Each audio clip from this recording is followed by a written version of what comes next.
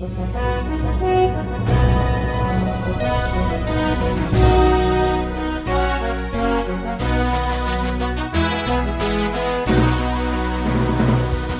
bagi saudara sekalian. Marilah kita siapkan hati dan pikiran kita untuk mendengarkan firman Tuhan. Kita berdoa. Damai sejahtera Allah yang melampaui segala akal, itulah yang melihara hati dan pikiranmu di dalam Kristus Yesus Tuhan kita. Amin.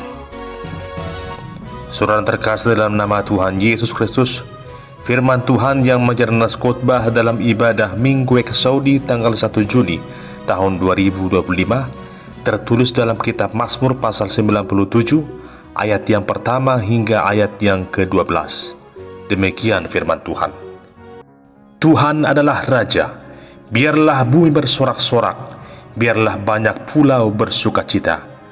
Awan dan kekelaman ada sekeliling Dia, keadilan dan hukum adalah tumpuan tahtanya. Api menjalar di hadapannya dan menghanguskan para lawannya sekeliling. Kilat-kilatnya menerangi dunia, bumi melihatnya dan gemetar. Gunung-gunung luluh seperti lilin di hadapan Tuhan seluruh bumi. Langit memberitakan keadilannya dan segala bangsa melihat kemuliaannya. Semua orang yang beribadah kepada patung akan mendapat malu. Orang yang memegahkan diri karena berhala-berhala, segala Allah sujud menyembah kepadanya.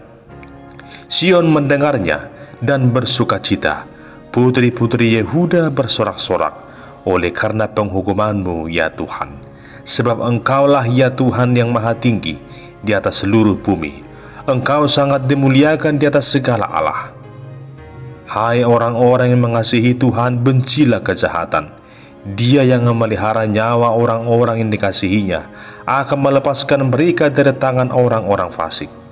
Terang sudah terbit bagi orang benar, dan sukacita bagi orang-orang yang tulus hati.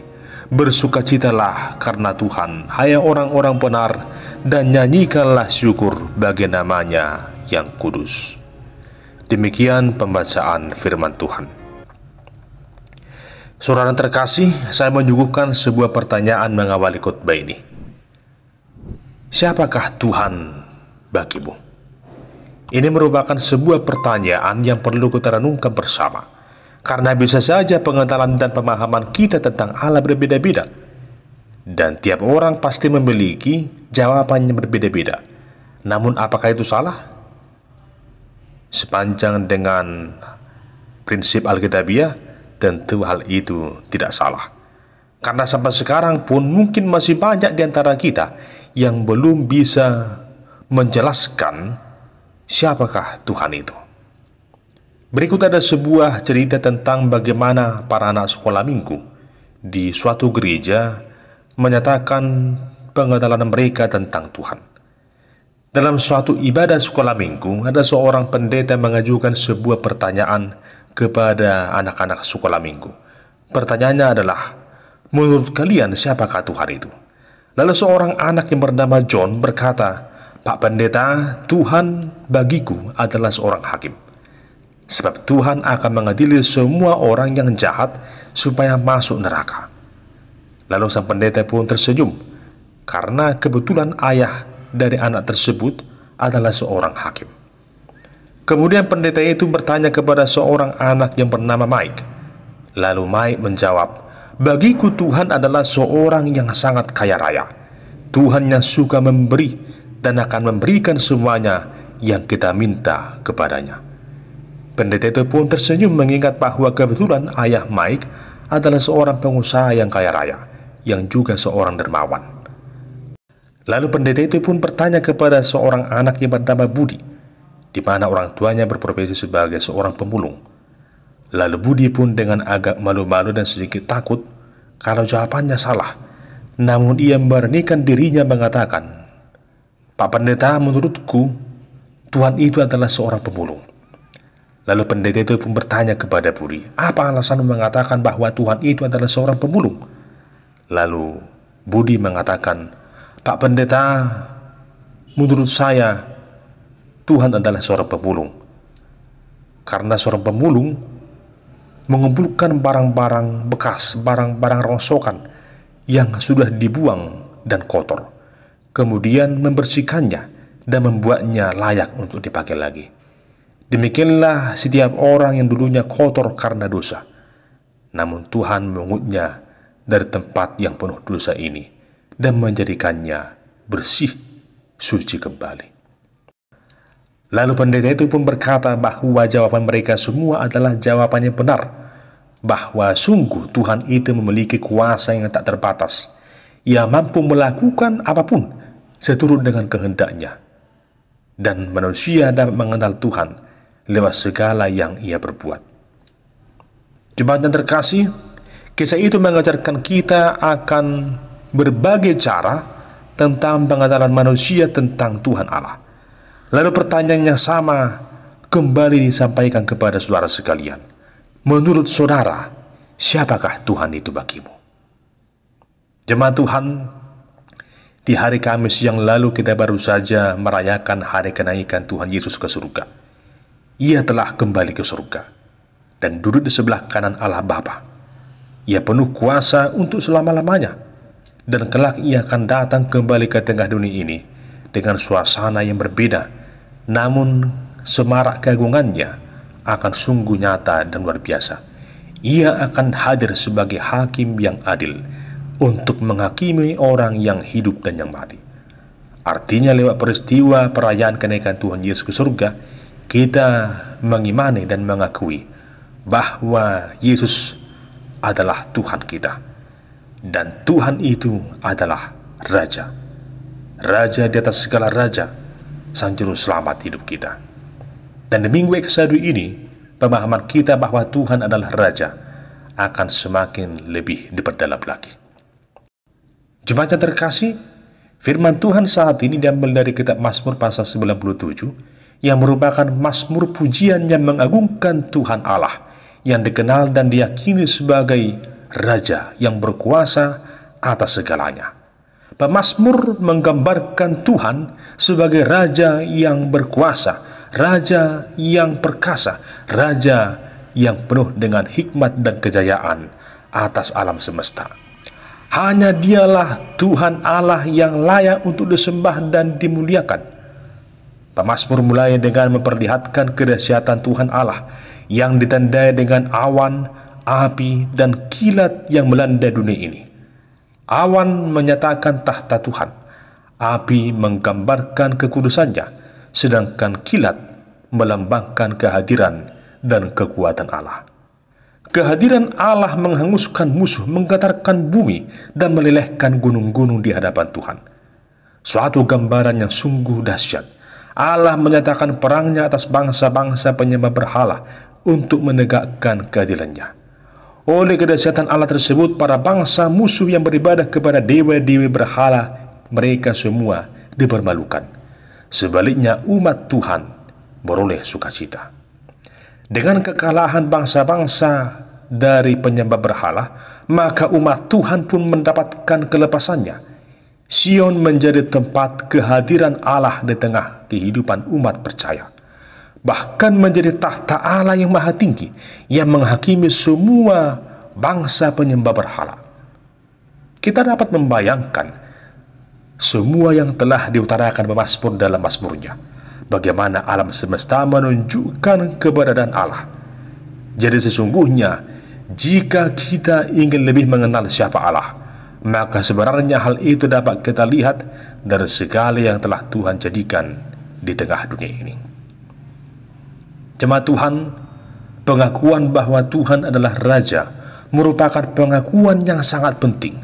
Akan tetapi pemahaman kita pada zaman sekarang ini tentang Raja telah menjadi luntur. Di berbagai negara demokrasi, Raja sudah tidak dikenal. Di beberapa negara yang masih menganut sistem kerajaan, Raja seringkali dianggap hanya sebagai simbol semata, bukan penguasa yang sesungguhnya. Dalam kekristenan, pemahaman bahwa Tuhan adalah Raja sangatlah mendasar, sangat penting dan tidak boleh diabaikan. Bila Tuhan yang kita pahami sebagai Raja, maka Tuhan tentu harus menjadi yang pertama, yang terutama, yang terpenting dalam kehidupan kita, sehingga kehendaknya lah yang harus kita imani dan kita lakoni dalam kehidupan kita. Pengabaian terhadap konsep Tuhan sebagai Raja pasti akan membuat posisi Tuhan bergeser dan digantikan oleh hal yang lain, misalnya oleh ego kita sendiri, keluarga, pekerjaan, harta, jabatan, sebuah keberhasilan dan pencapaian.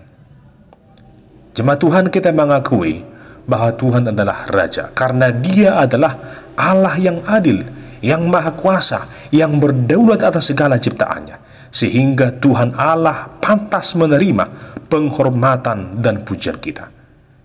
Saat kita mengalami ketidakadilan, pengharapan akan keyakinan Allah dinyatakan di sana. Tuhan selalu memelihara kehidupan kita, menyatakan keagungannya kepada kita, menyatakan keadilannya dalam kehidupan kita.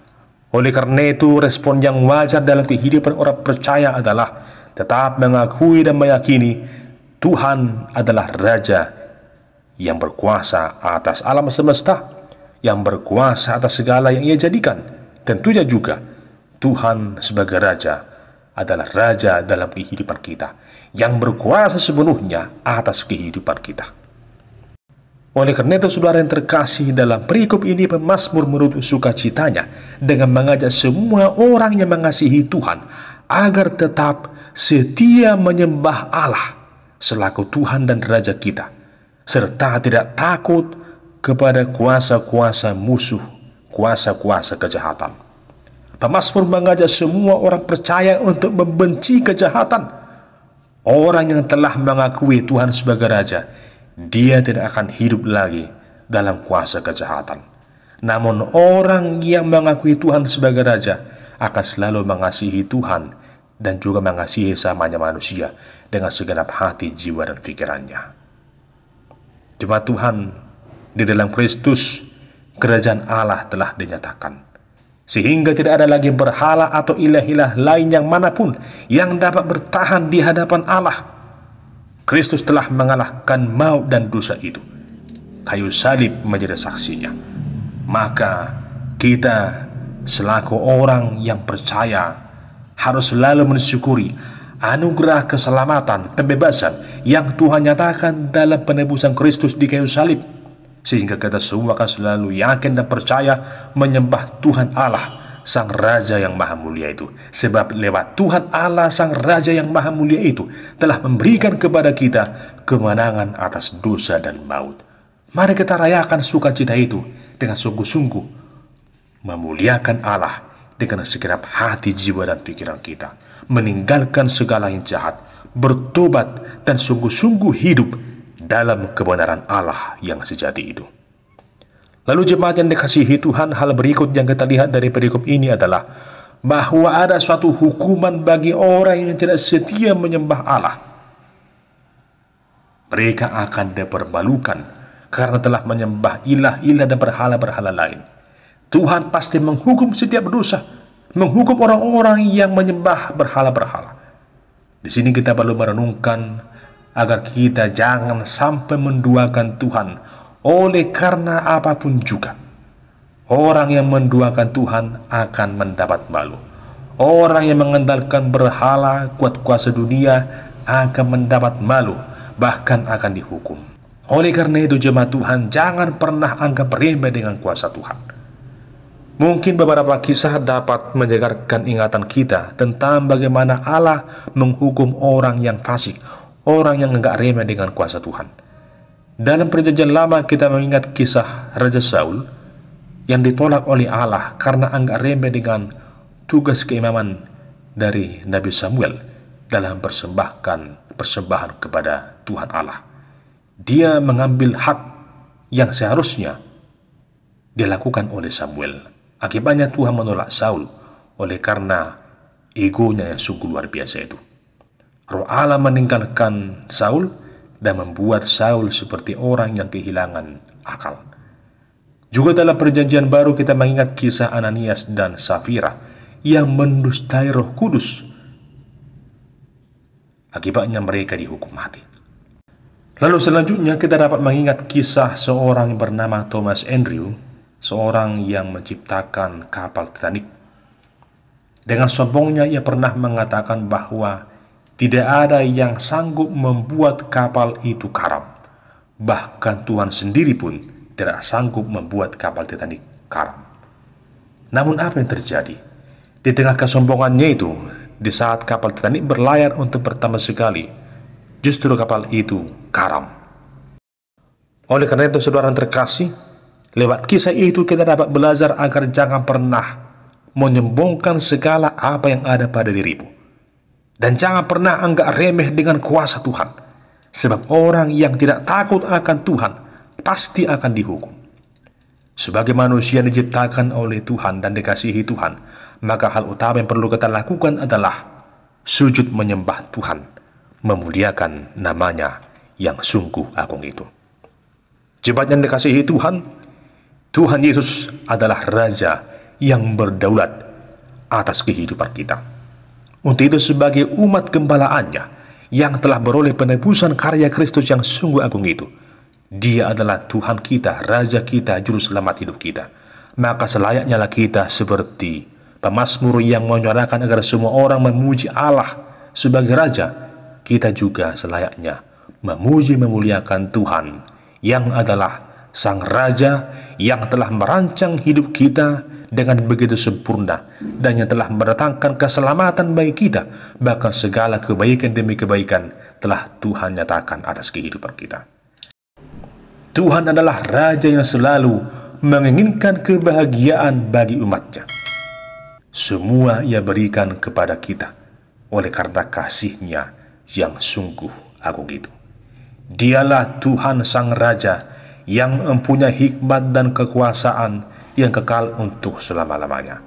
Maka sekarang dan untuk selamanya, selaku orang yang percaya, selaku orang yang telah menerima dan merasakan anugerah Tuhan, hendaklah kita selalu memuji memuliakan Tuhan Allah yang bertahta di atas segala-galanya, yang berkuasa di atas segala-galanya, yang telah menyatakan anugerah kasih-Nya bagi kita.